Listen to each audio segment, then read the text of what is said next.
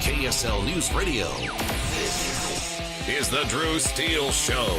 Trump Care is finally available to the public. It keeps our promise to repeal and replace Obamacare. Let's vote on clean repeal to separate the issues. Trump Care means higher costs for less health care. Plain and simple. Now, Drew Steele on KSL News Radio. Well, good evening, everybody. Glad you're joining us tonight. 57500 is the text line. Anytime you want to call, 801-575-8255. So, yes, tonight we're going to talk about this Obamacare 2.0 Republican rollout that everybody is like, no, what is going on here? We're not sure about this. Senator Mike Lee will join us later on in the program because I have questions, and I hope he has answers. So we'll get to that. There's a lot to discuss tonight that we will get to. But first, there are moments in life when things happen. And if you know anything about me, you know that I am passionate about education. I love when I hear exciting things in the world of education. As a homeschool parent, I can tell you that there is nothing better than to hear sometimes what seems to be the incorporation of different ideas into education to make students better, to grow, to have an opportunity to do things, to explore the genius that so many kids have within them. How is that for an open? Was that fantastic? So with us tonight, we have an example of that. The story came to my desk about a junior high class that experiments with Google-inspired, quote-unquote, genius hour. And I thought, well, I've got to talk about this tonight before we get to everything else in the world. Education, number one. This is important. Joanne Brown is with Olympus Junior High. She's a science teacher. I'm going to get these names wrong, but I'm going to do my best. Sadie Giddings. Is that right, Sadie? Yes. Yes. Sadie Giddings is a 7th grade student at Olympus, and Eliza Hebden. Yep, I did it! Okay, I didn't even ask them, so that always excites. It's the little things in life that get you. It was a 9th grade student at Olympus, and they are joining us in studio on KSL News Radio. First of all, I'm so glad you guys are here. This sounds exciting. Olympus Junior High, the mascot, anybody is? Bulldogs. Of course, JR. See, you asked. I was a bulldog. You were. In Alaska. Isn't there a song like that? Jeremiah was a Bulldog. Bullfrog. Okay, so that's incorrect. So that is not a good analogy. So let's talk about this, Joanne. So talk about what this is. What is it about this Genius Hour that is so special that you discovered here? Well, the idea with Genius Hour is Google uses 20% of employees' time on their own pet projects. Right. And the idea is to accomplish something, but some of their very best inventions have come up in Genius Hour. So if you apply that to education, all of a sudden you give students 20% of the time to work on their own project. You give them some guidance. Right. You tell them, okay, it needs to fit with what we're learning this year, but go. Right. It's amazing what they come up with. Yeah. And so as I heard about this story, and now, is this STEM related, or is it in this particular instance? Is that what this is? In this particular instance, I required the students to come up with something STEM related. Okay.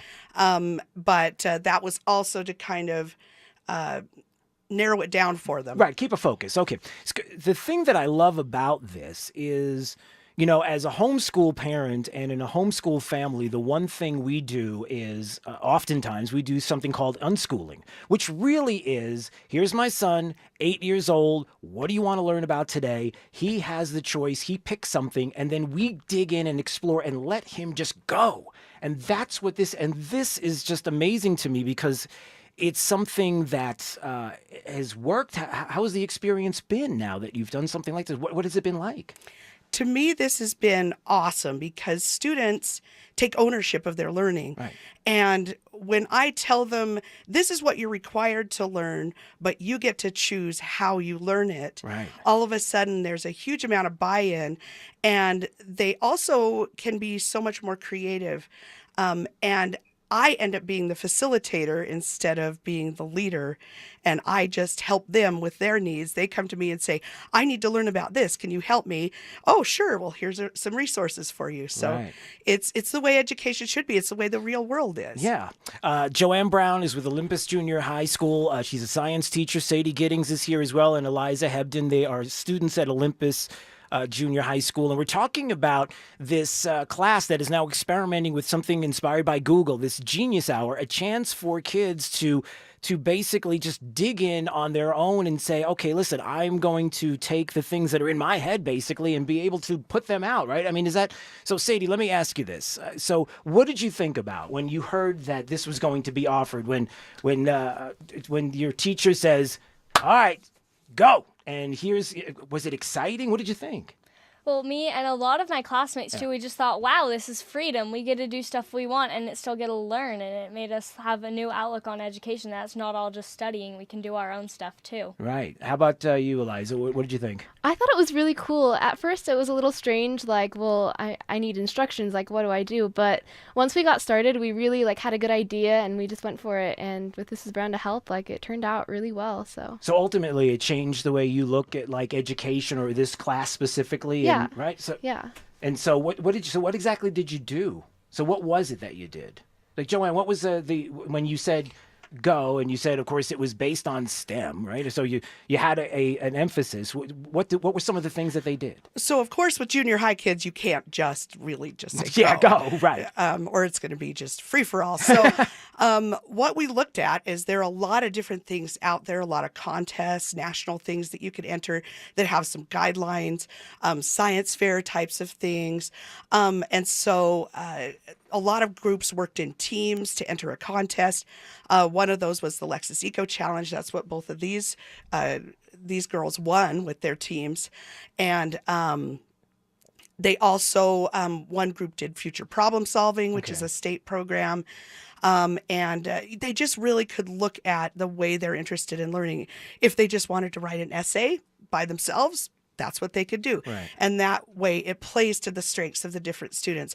And what I've really seen is when they work in teams and they figure out, I have to do something to contribute, all of a sudden they can learn more about what it is they're good at. Right. See, on a personal level, when I look at this, I think that this is an opportunity for so many people to listen to this as an example and say, when it comes to any kind of relationship in education, homeschooling or public schools or private schools or charter schools, wherever you want to go, instead of dismissing, how about listening and taking some lessons from different aspects of areas and saying, you know what, this might work for this particular spot, or this may be something that somebody else is doing, and I can incorporate this into my classroom and just watch the kids grow.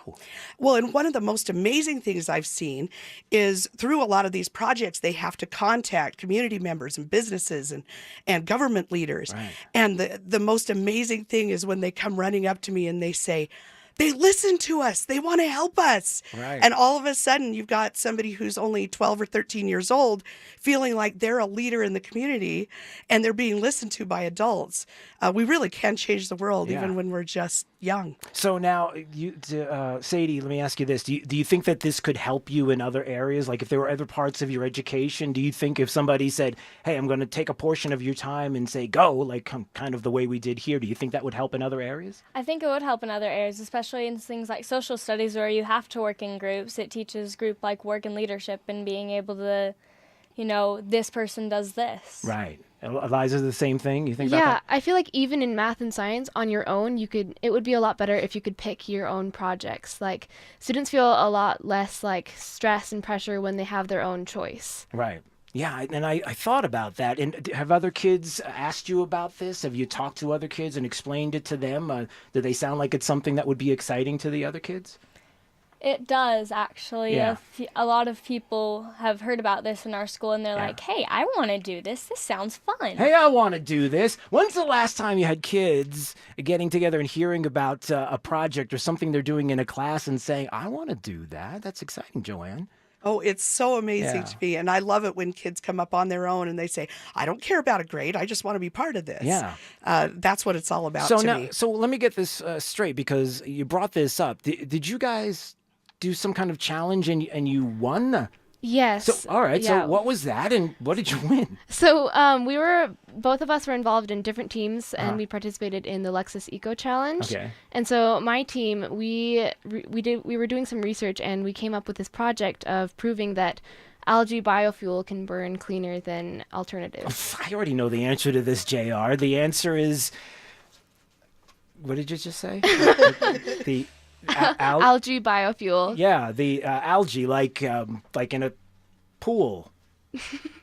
Yeah, so no chlorine in that fuel. Right. So it would be chlorine.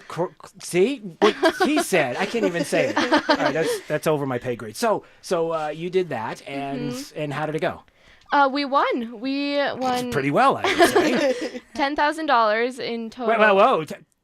Algae could be worth $10,000 if you do it through a challenge in the school. I didn't know this. How much did it cost you? Well, we were able to receive lots of help and donations from the GTI, the Granite Technical Institute, and they donated us biofuel, the algae, to start growing it. And so it honestly wasn't costly. So I did have to buy them an aquarium bubbler. Right. Yeah. Okay. But they did a lot of writing. They did a lot of research. They did a lot of pictures. We made a video. And they did a lot of harvesting of algae and trying to harvest the algae, and it wasn't working, and we had to figure out new things. All about problem solving. Yeah. So awesome. Harvesting algae must be tough because try to get the lasso around. Yeah. It's just not cooperative. I know. Sadie, what did you do? So our group, so what we did is we collected old plastic water bottles, but it's not just recycling. What we did was we researched and figured out a way to turn them into water purifiers in the case of an earthquake or other natural disaster. And how did you do?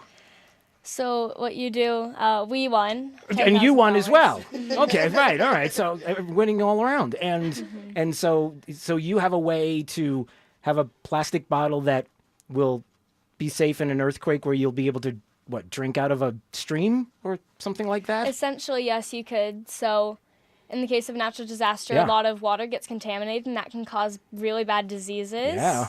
And so you can it's easy stuff that you can find at home. Okay. And so you can just find it and make it, and you can purify your water. Wow. That is, 2 words come to mind here. Awesome sauce. Is that okay? Can I say that? I'm big with the kids. A lot of people don't know this, and so the lingo, so I get it. Do you guys still say awesome sauce for anything? Is that no? We can say awesome sauce. What's the new one? Don't do it. If it's not working, then it's okay. Then JR will just continue to use it. We'll continue to use it with each other.